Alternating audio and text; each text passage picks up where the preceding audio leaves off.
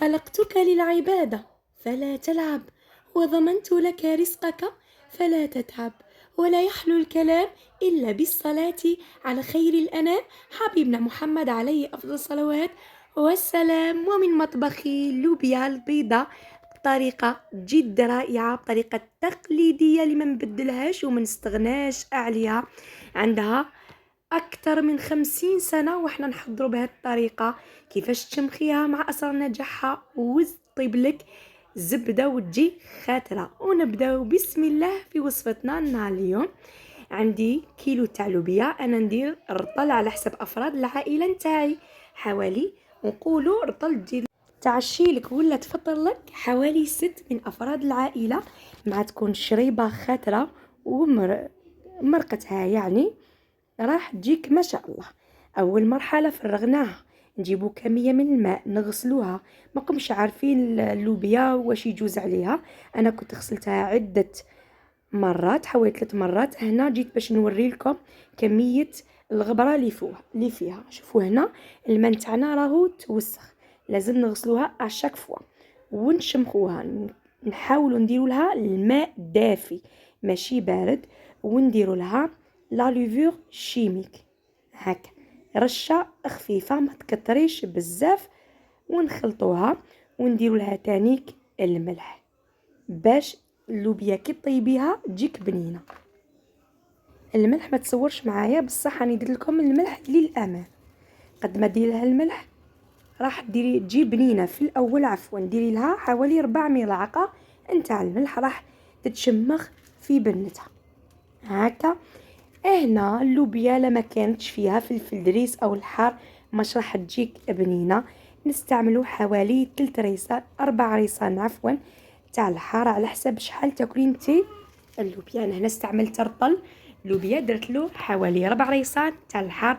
نحيو من داك الزريعه، نقصوا لها كميه الحروف اللي فيها، نغسلوه طبعا بطبيعه الحال، نشلو ومن بعد ندير ماء يغلي هكا ونشمخو نبيتو ليله كامله. هنا راني درتوه في الليل قبل ما نرقدو باش الصباح نطيبوه للفطور. هكذا شوفوا نغطسو مليح في الماء سخون، نغطيه ونحطو تكوتي. الصباح كي نوض نبدا في طيابي. هنا هاي ليك اللوبيا، شوفوا ضعف الحجم تاعها، اي تشمخت ولات الحبه حبه. نروح نرمي لها هذاك الماء تاعها اللي كنت شمختو به. هاي ليك شوفوا هنا نوريها لكم كيفاش راهي الماء تاعها راهو صافي، خاطش كنت غسلتها. قلت لكم نروح نرمي لها الماء تاعها، نجيب لا كوكوط نتاعي ونفرغها وندير لها ماء يكون جديد. انا اللي درت لها الماء دافي باش طيب معانا بالخف. هذه نحاول نغمرها بالماء ونحطها فوق النار تغلي.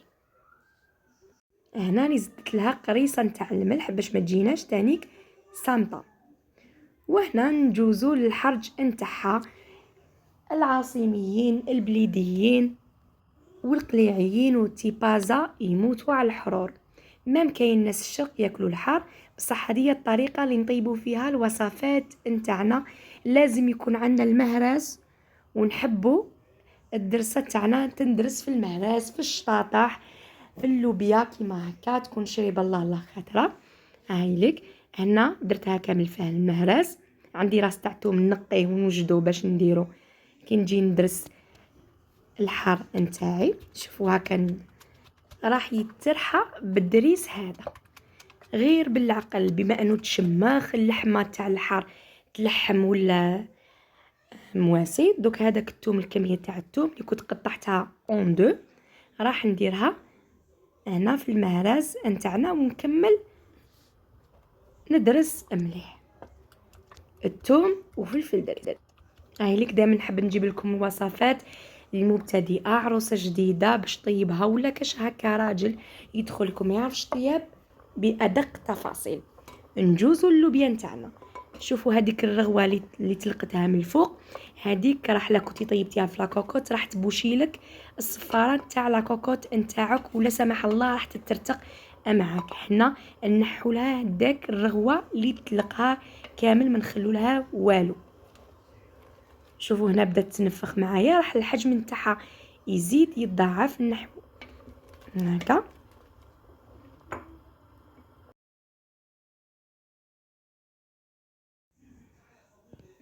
وهنا نوريكم الدريس تاعنا كيفاش ولا، يعني ما شاء الله راح يعطي التحميره هذيك اللوبيا تاعنا. نجوزو لي زيبيس تاعنا، فلفل عكري، الكمون، رشه خفيفه من الفلفل الاسود، وطوماطيش مصبره حوالي نصف ملعقه، ما تكتروش. نجيبو اللوبيا تاعنا ما نرمولهاش الماء تاعها اللي غلات فيه.